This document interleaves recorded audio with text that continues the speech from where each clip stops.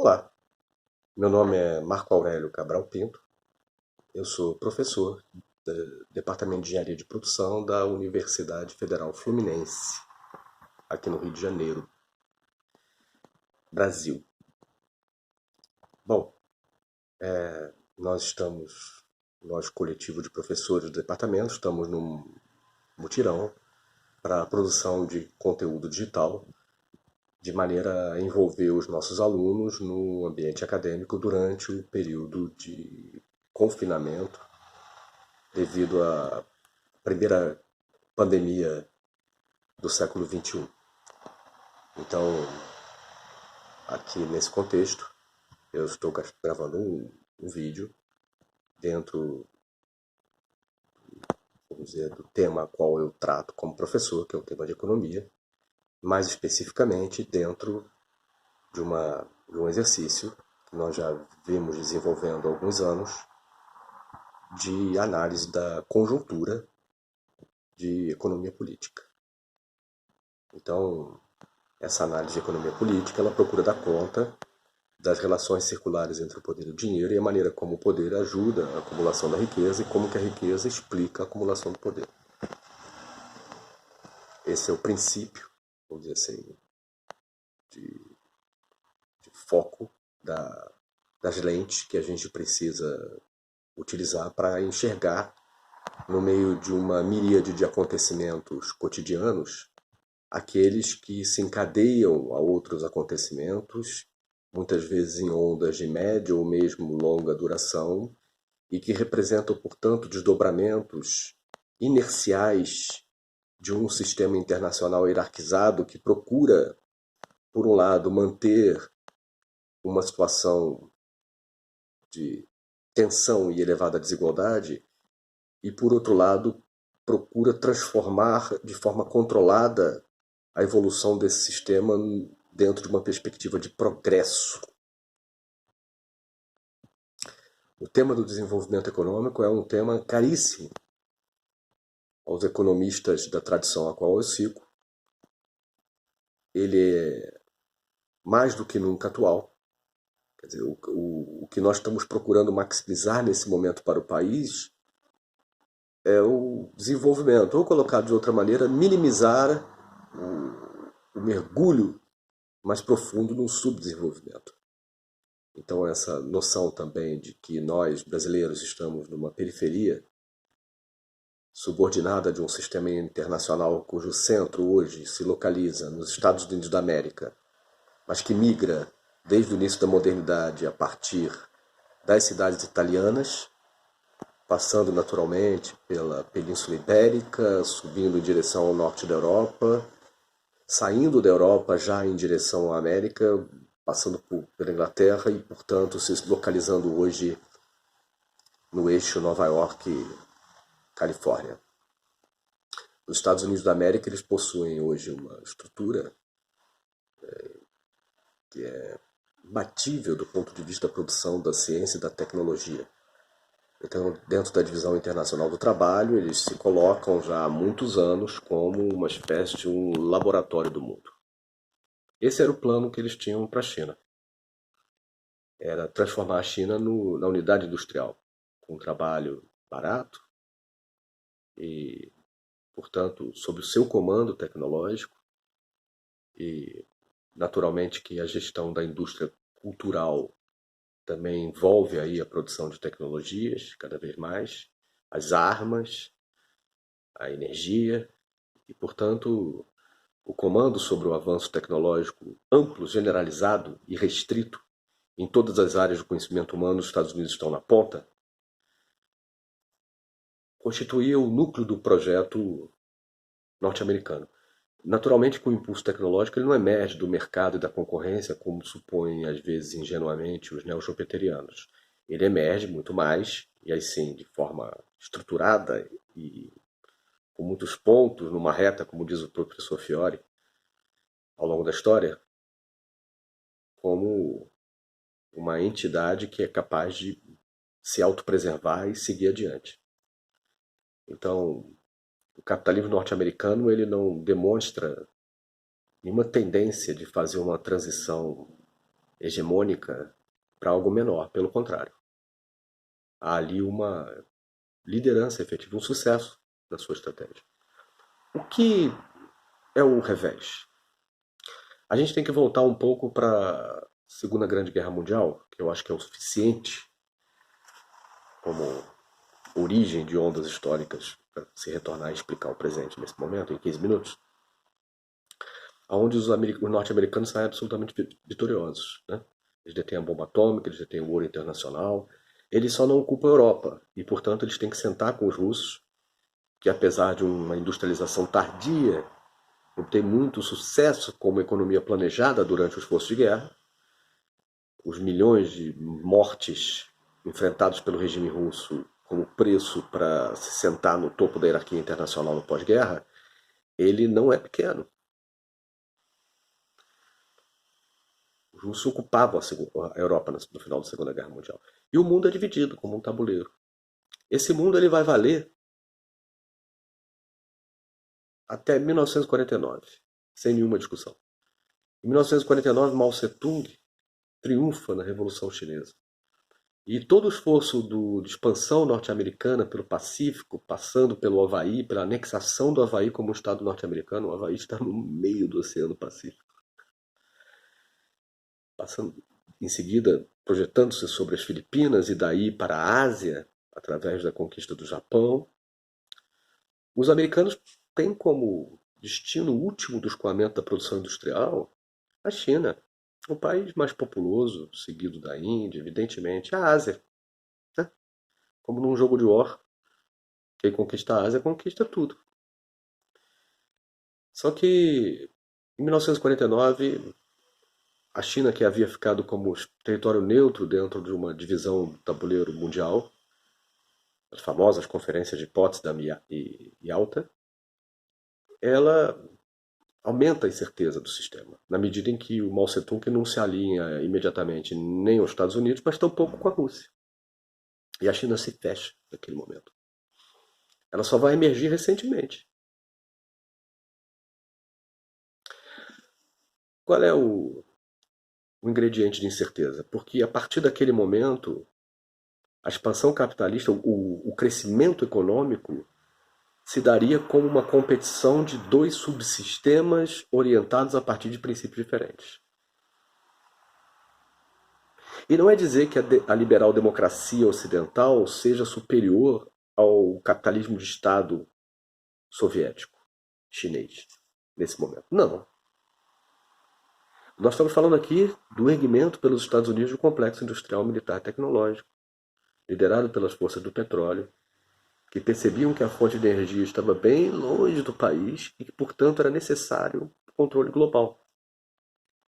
Esse controle militar seria alimentado, enquanto recurso, pela atividade predatória das empresas do capitalismo norte-americano em culturas, por vezes, avessas aos produtos industriais por eles desenvolvidos.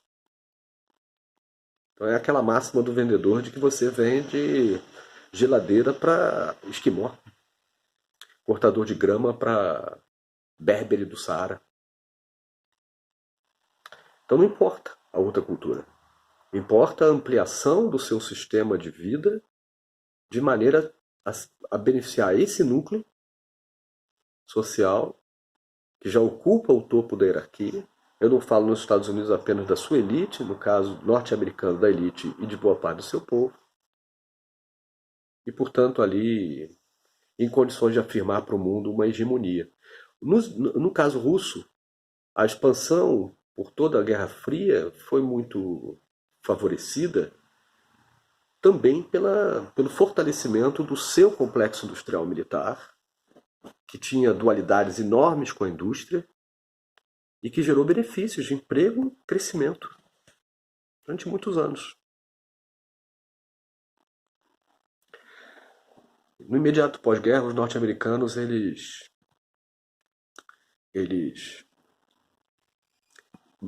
urge que se reconstituísse a normalidade dos mercados. Eles então combinam com o restante dos países um sistema monetário onde o dólar seria moeda internacional e o ouro, quase todo no território norte-americano nessa ocasião, ele lastrearia a moeda, o que significa dizer que você estabelece um câmbio, dólar-ouro, o mundo negocia em dólares, mas a qualquer momento o mundo pode, no sistema de reserva norte-americano, e trocar os seus dólares por ouro, naquele câmbio pré-fixado. Então, os Estados Unidos e o mundo se recompõem nesses termos, os contratos de petróleo passam a ser denominados em dólares, majoritariamente, para o mundo inteiro. E, naturalmente, que os bancos norte-americanos, eles percebem uma oportunidade gigantesca de ampliar as suas operações em uma escala global. E eles se aproveitam do aumento de liquidez em todo o pós-guerra, até os anos 80, e aumentam a confiança numa aposta industrial que é explosiva ainda. Então os anos 50 são os anos de ouro nos Estados Unidos. A partir dos anos 60 já começa a deterioração. Já começa uma contestação social, significando dizer que a desigualdade está aumentando. E na década de 70, conforme eu gostaria de colocar para vocês, se inicia uma crise. Uma crise que é interna aos Estados Unidos, mas também é uma crise mundial. Dentro desta crise nós nos encontramos. Então o objetivo aqui da nossa conversa hoje é tentar situar em primeiro lugar que crise é essa. Ela não é uma crise da pandemia. A pandemia é mais um episódio dentro de uma crise maior que se prolonga desde os anos 70. E eu vou tentar mostrar para vocês aqui também nessa conversa de hoje que a chave de todo, a compreensão de todo esse movimento é o petróleo como instrumento de rivalidade entre as civilizações.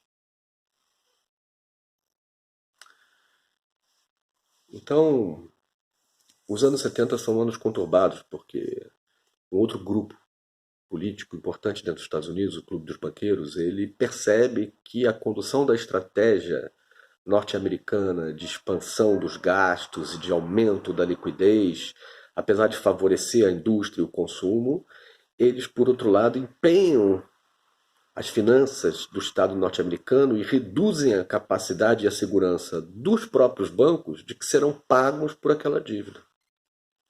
Então há uma necessidade interna ao sistema financeiro que se associa a uma necessidade externa de frear naquela ocasião, ali nos anos 70, o Japão e a Alemanha, que vinham crescendo a taxas muito superiores dos Estados Unidos desde o pós-guerra. Vou falar sobre isso agora. Mas a reindustrialização alemã e japonesa, a partir de uma base destruída de infraestrutura e de indústria, é explosiva novamente.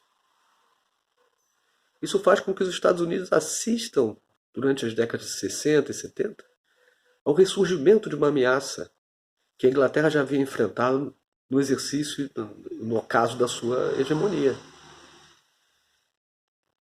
Então, naquela ocasião, as finanças norte-americanas elas assumem a dianteira, elas rompem com o sistema monetário internacional.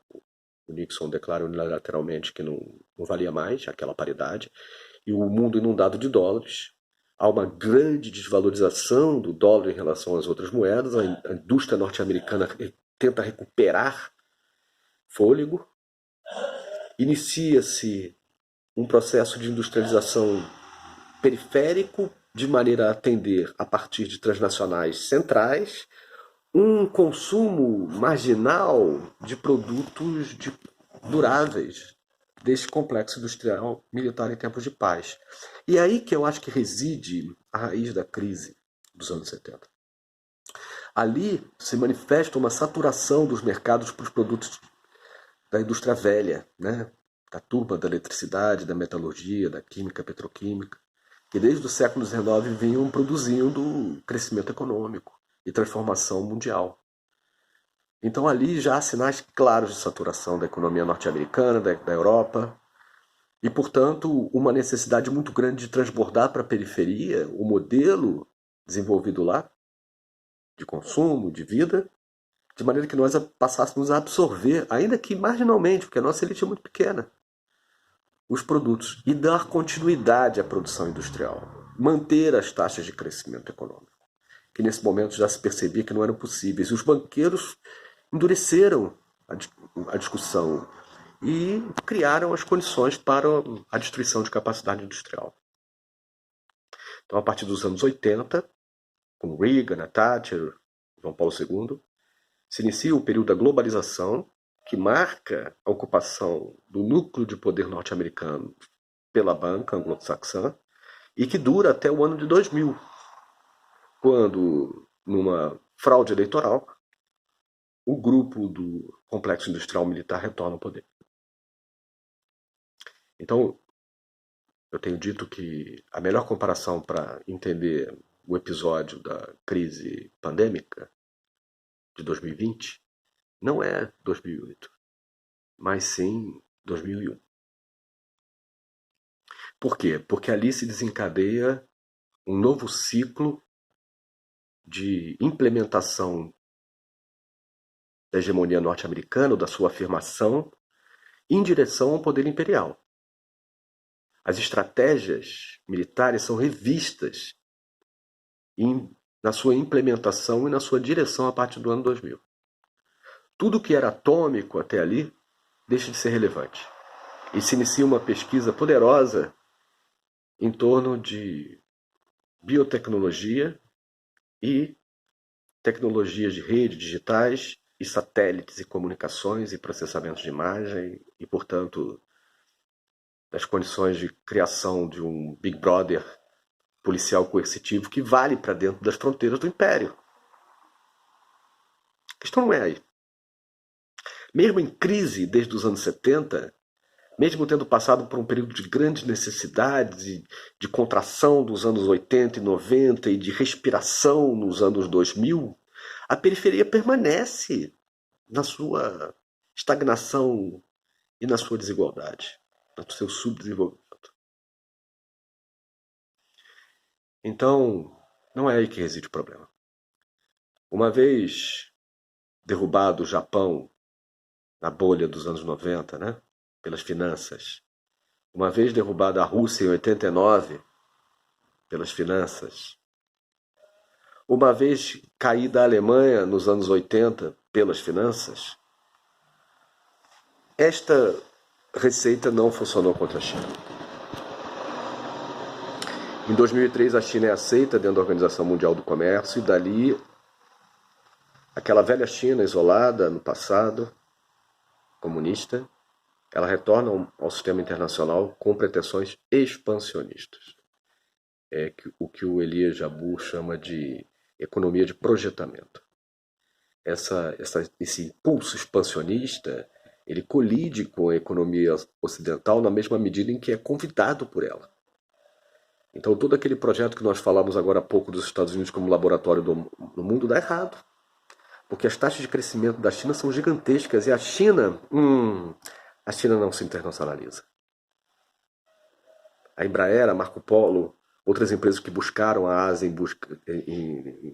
na tentativa de reduzir custos de produção, essas empresas relatam uma experiência muito ruim na China. De maneira que nenhum outro país obteve sucesso na sua inserção naquele território.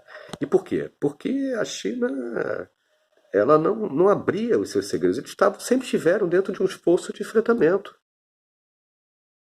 Em momento nenhum abraçaram-se aos ideais iluministas neoclássicos. Em momento nenhum. Liberdade, igualdade, fraternidade, nada disso. O encontro com o subsistema ocidental é agora um encontro que é parte de um projeto, de uma revolução. Olha que constrangedor. E por essa razão, a sua reinserção é uma reinserção explosiva. E isso faz com que os Estados Unidos se deem conta, já no final da década, de que aquele impulso de crescimento não poderia ser contido, a não ser pela aplicação de violência. Então, a gestação desta violência ela vem sendo preparada desde 2001. Nós já temos à disposição aí mecanismos de ciberataques, já notícias, por exemplo, da maior usina de enriquecimento de urânio no Irã que foi atacada e danificada remotamente. Então, com a evolução das cidades inteligentes e tudo demais, há uma fragilidade. Eu canso de dizer que no Brasil essa coisa de iluminação pública ela tem que ser muito bem pensada, porque a gente tem que criar sistemas de segurança para aqueles Wi-Fi, para aquelas informações, para identificação de pessoas, segurança.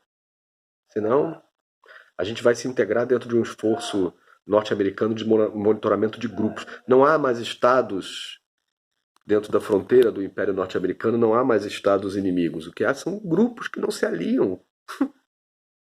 Então, grupos são eliminados. Estados nacionais não são eliminados. Da mesma maneira, a bomba atômica ela é uma arma que destrói aquilo que você quer construir. Ela é uma arma boba. Ninguém mais está disposto a usar isso. Se vocês olharem os números, vocês vão ver que Estados Unidos e Rússia fazem o descomissionamento de ogivas e foguetes há muitos anos. A China tem investido recentemente, mas é um nada perto do arsenal norte-americano e russo. Então, não há hoje uma tendência de nuclearização. A única questão da nuclearização é o Irã. Mas ali é uma questão do Oriente Médio. Ameaça a hegemonia israelense norte-americana no Oriente Médio. Isso sim. Aí é uma questão a combater. Não é uma questão global, é uma questão regional.